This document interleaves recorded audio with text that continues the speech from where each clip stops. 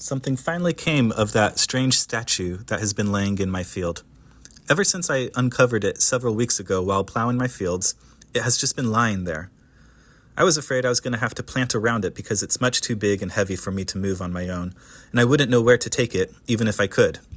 But a resolution finally came in the form of an old elf cleric. I was milking the goats early one morning when I heard an elven humming tune coming from the road.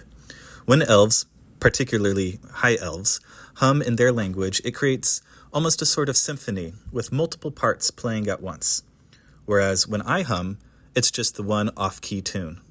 So I rushed to finish with the goat I was currently tending to, so I could call out to the traveler before they passed by the farm.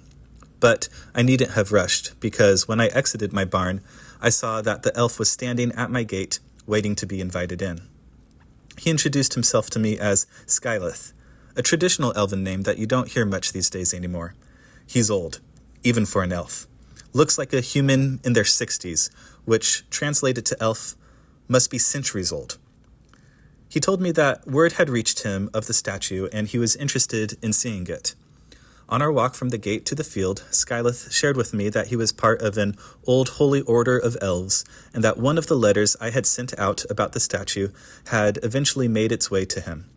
He was a somber fellow that walked like he felt the weight of the years he had lived. Except for when he hummed a tune.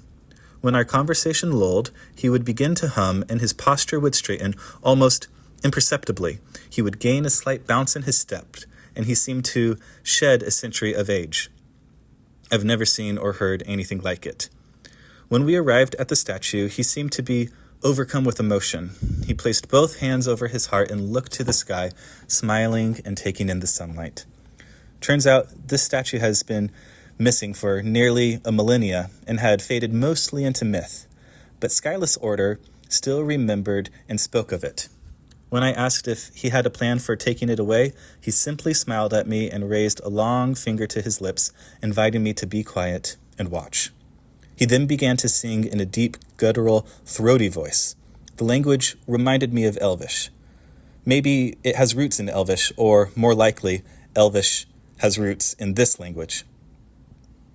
The statue then levitated 3 feet off the ground, and Skyleth then grabbed the statue by its ankles and proceeded to push it like a wheelbarrow and led it away down the road, all the while singing. I've never seen anything like it. Like, follow, and comment for more tales from the Fantasy Farm.